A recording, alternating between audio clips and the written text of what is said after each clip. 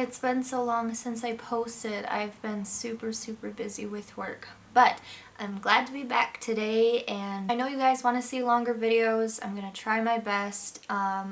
It's a little bit difficult because my parents are pretty much always here. There's like 2 times a day that they leave to take a walk for like 30 minutes. So I don't have a ton of time by myself to be able to make these videos. Also, somebody called me the CEO of Holding Coffee Cups. And I absolutely love that. Today I have this cute little thing with birds on it. I literally keep like 2 inches of coffee in here, just so I don't spill on myself. Because I'm very, like, I always go like this for some reason, and I'm very like hands oriented when I talk sometimes. But in between takes I like sip off from it, so I hope that's not weird. Anyways, I'm going to tell you guys the rest of the story of why I think my room is haunted by children. If you haven't already seen my last video in which I told you about the rocking chair, make sure you go and watch that, because otherwise you won't be getting the full picture. But today it's going to be a little bit of a longer video as per all of you guys requesting it. So with that being said, let's jump into it. A lot of this is going to be me just talking to the camera, so I hope that's interesting enough for all of you. So about 5 or 6 years ago, my middle sister and her now ex-husband were living in the house with me and my parents. Now at the time they were married, and they were sharing the bedroom that I used to sleep in before I moved into the guest room. Now, if you remember from the last video, you remember me talking about how I used to sleep in this one bedroom, and once my sisters left the house, I moved into the guest room because there were some weird things happening in the original bedroom. But that's another story for another time. So they were sleeping in my original bedroom, and I was sleeping in the guest room, which is my bedroom now. For some reason, when my sister and brother-in-law moved in, everything started to get worse. Now what I mean by that is, when my sister and her husband moved back in, it was the worst it's ever been. I have no idea why, but for some reason when they moved in, all of the negative energy moved in with them. My sister does believe that the house is haunted because when she was growing up here, she has had her own experiences, which probably in the future I'll bring her on to share some of her experiences that she's had in the house as well. And my brother-in-law didn't believe us until he moved in here and saw it for himself. Now, when they moved in, they brought this cat with them. He's a black cat, and his name is Boogie. He's super cute. And they still have this cat. He's been around for quite a while.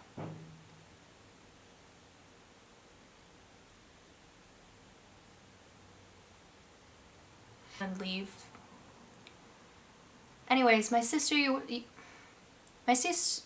my God, I can't talk. My sister used to work a lot of night shifts, and my parents would leave us by ourselves for the weekends while they went up to their cabin up north. One of these nights it was just me and my brother-in-law in the house. Now my brother-in-law always used to play video games with the headset and everything. And one night when I was getting ready for bed, I had left my bedroom door open to use the bathroom real quick before I went and laid down. Now for some reason their cat Boogie was obsessed with my bedroom. I have no idea why, but he loved it. It was like a kiddie playground for him. And so when I left to use the bathroom, I came back and realized I had left my door open and that Boogie was probably in my room somewhere. Well, as I started to fall asleep, I felt this overwhelming feeling. I don't even know how to explain it. But all of a sudden, it just felt like there was this pressure on me. Almost like all of a sudden somebody was standing on top of me. And it terrified me so much, and my room was pitch black, but I was so scared to see something that I covered my face with my blankets. And all of a sudden I could feel whatever this was crawling from my legs up to my chest. And all of a sudden it just felt like it sat on my chest. So I started screaming, and of course, babe! I'm filming! Sorry.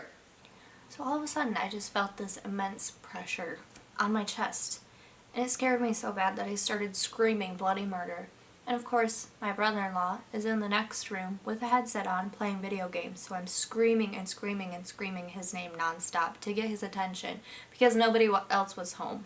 Finally, he hears me and he comes running into my bedroom. He busts through the door and turns the light on. He asks me what's wrong, and I have tears streaming down my face. I was horrified. I'm only like 15 at this time.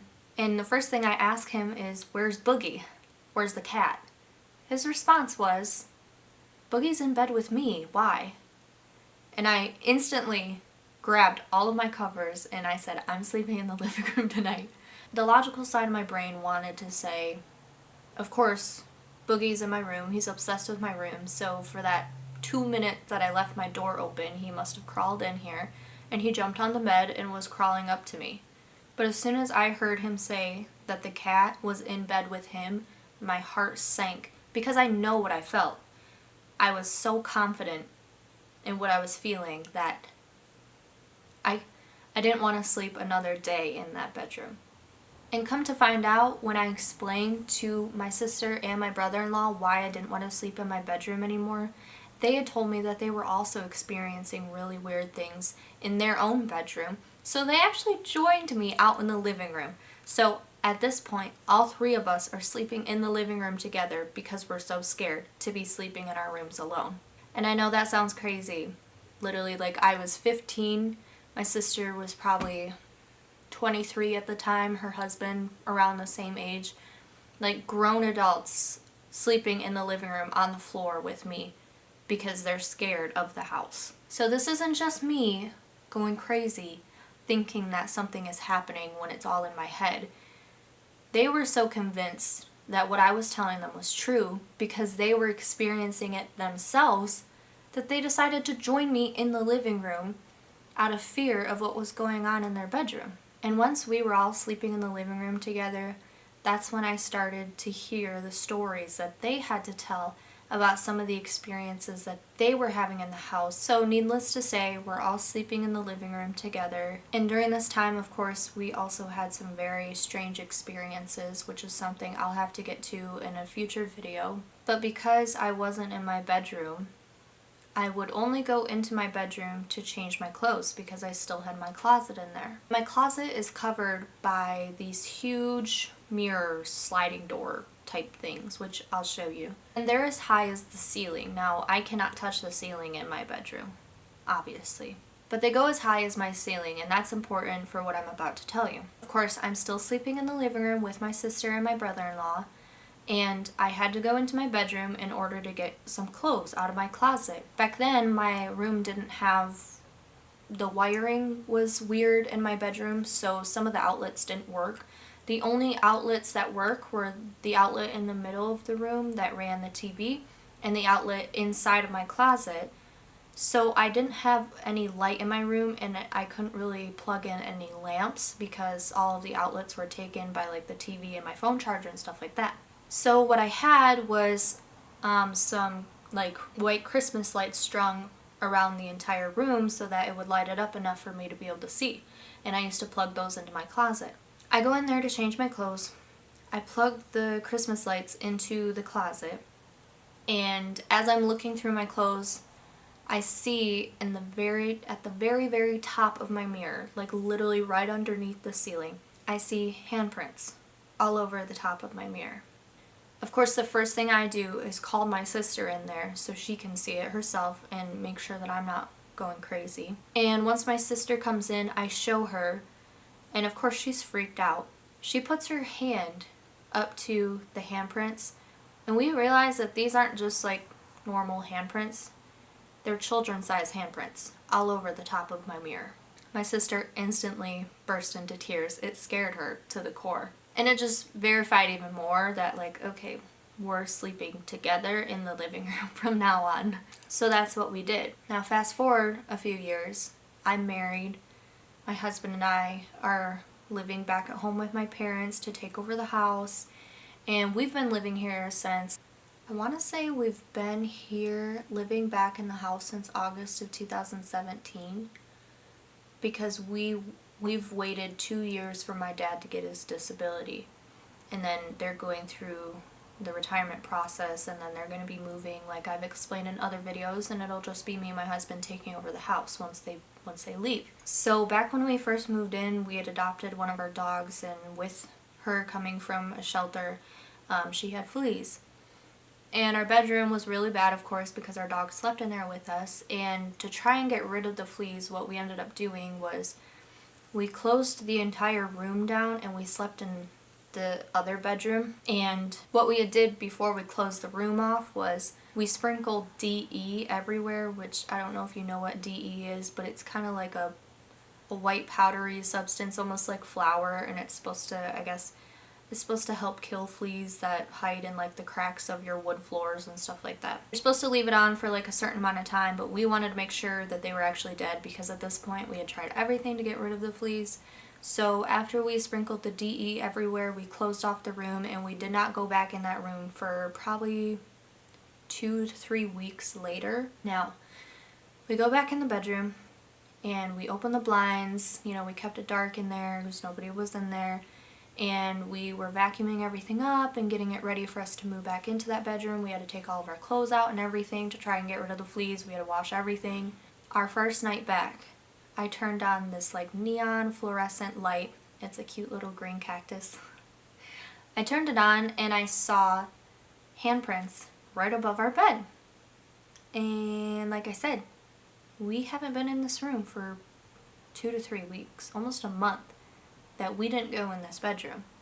And you know, the DE, it left like kind of like almost like a dust over the walls, and there were handprints on the wall even though it was unoccupied, and I know that nobody went in there. And even if they did, which of course nobody is going to go in there because there's DE sprinkled everywhere, even on the floor, so you can't even walk in there. You would have to vacuum your way in. So even if somebody had went in there, which isn't likely because there would have been footprints in the DE that was spread all over the floor, these handprints were of course the size of a child's hand. I put my hand up next to it just to compare it. So once we moved back in there, I did a cleanse of our bedroom, because I truly thought with the rocking chair, the handprints on my mirror, and the handprints on my wall after being unoccupied for I don't know how long, it just made sense to me that there's, you know, there's some type of energy that, and I just want to be respectful, you know, because before this was our house, it was somebody else's. So I burned some white sage. We haven't since had problems in this bedroom. We of course have heard things outside of the bedroom, so like when we're asleep sometimes we'll hear things in the hall, or you know, types of things like that, but nothing ever occurred in our bedroom since I cleansed it. Alright guys, I'm just going to show you what I'm talking about real quick so that you guys can see it for yourselves and it makes more sense to you. So basically, here's our closet. Those are all of our clothes. The closet light works, and this was the plug I was talking about. I used to have Christmas lights plugged in there. But this is the door. So, hi, that's me. My mirror is dirty. But yeah, so as you can see, the mirrors pretty much go up to the ceiling. There's like a little bit of a gap, and it's probably about, I don't know, I'd say the ceilings are probably 8-foot ceilings or so. I'm like 5'4", so so yeah, when I turned my my Christmas lights on, all along the top there were a bunch of tiny little fingerprints and little handprints everywhere. So that's what I'm talking about when I say that they were on my mirror. And then also, after we did the DE treatment, you can see like our walls are still a little bit dusty. Our house collects dust really quick from being, just from being old. But as you can see, like, with the dust, like there's a smudge mark there. But basically, what I was trying to explain is I turned this little guy on, my cute little cactus, and it was dark at the time, so that cactus lit up the room pretty well. But right above our bed there was a set of handprints and a swipe like that, just so you guys can get a visual of what I'm talking about. So yeah, that's my bedroom that was haunted by children and is not anymore because I did a cleanse and I'm smart. That's everything for today. I hope you guys liked the story, and if you haven't already, make sure you go and follow me on my social media. I have my usernames posted at the end of this video. Thank you to everybody who is subscribed already. I think I'm almost at like 3,500 subscribers, maybe over that by now, and I've had quite a few of you follow me on Instagram already, which is amazing, and a lot of you have been reaching out and sending encouragement or commenting on my videos and, you know, asking a lot of questions, and I really love that. I love being able to talk to you guys about this. So for my next video, I think I'm going to explore the furnace room a little bit, which I've talked about in my house tour. Maybe just dig through some of the stuff that's in there and then come back and tell you guys what I found. I think that's what I'm going to do next because I want to get some things listed on my Etsy account so that it looks like it's actually active, because right now there's nothing on there. If you haven't already, make sure you go and follow my Etsy as well, because once I do post stuff on there, I want you guys to see it. Right now I have like 2 followers, so make sure you go and follow that. I'll have the link posted in the description. And I think that's all. I think that's everything. Well, I hope you guys liked my video today. Hopefully I can keep posting longer videos in the future. Hopefully I have enough time. But in the meantime, if you have any questions or if you have any comments, just make sure you reach out to me. I check my comments as much as I can. And you can reach out to me on Instagram if you want. I've had a few people do that, or you can reach out to me on TikTok, whatever works for you. I try to always be available to answer questions, but sometimes I just get a little bit busy, so I might not see it the same day. So excuse me. I had Polish sausage for dinner, so I'm burping a lot. Anyways, thank you guys so much for watching today, and I hope you guys have a good one, and I'll see you soon.